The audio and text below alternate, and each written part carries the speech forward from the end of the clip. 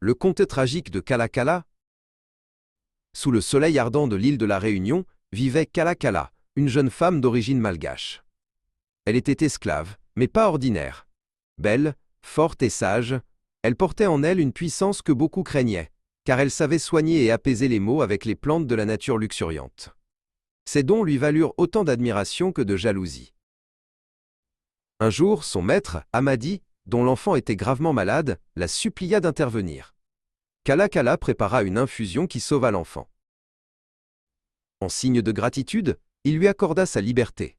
Mais à la Réunion, à cette époque comme aujourd'hui encore, les femmes qui osaient être belles, puissantes ou libres, étaient souvent craintes et mal comprises. Parce que tu es belle, parce que tu es forte, les gens t'appellent sorcière. Kalakala s'installa près de la ravine des huîtres. Là, elle construisit une cabane et devint mère d'une fille nommée Tiana. Sa beauté et son indépendance attiraient les regards.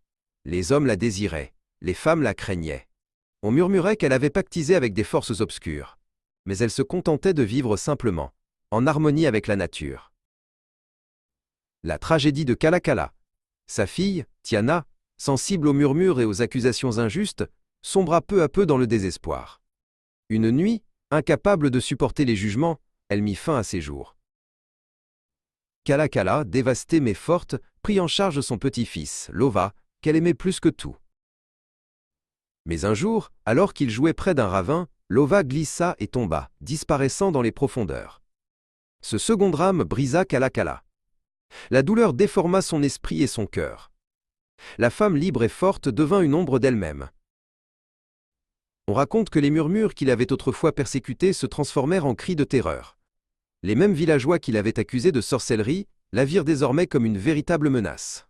Si tu es forte, si tu es libre, tu es leur ennemi. De femme libre à légende noire.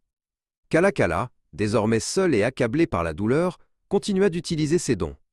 Un jour, elle prévint un village d'un danger imminent, un éboulement qui allait détruire leur maison. Seuls quelques-uns l'écoutèrent. Les autres, trop orgueilleux ou méfiants envers cette femme libre, périrent dans la catastrophe. Ce fut le début de la légende.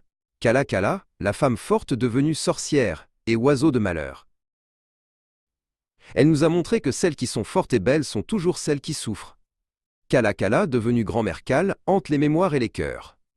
Mais derrière la légende, il y avait une femme, une mère, une guérisseuse. Et peut-être, un jour, son histoire sera racontée autrement. Non pas comme celle d'une sorcière, mais comme celle d'une femme brisée par une société qui ne supportait pas qu'elle soit libre.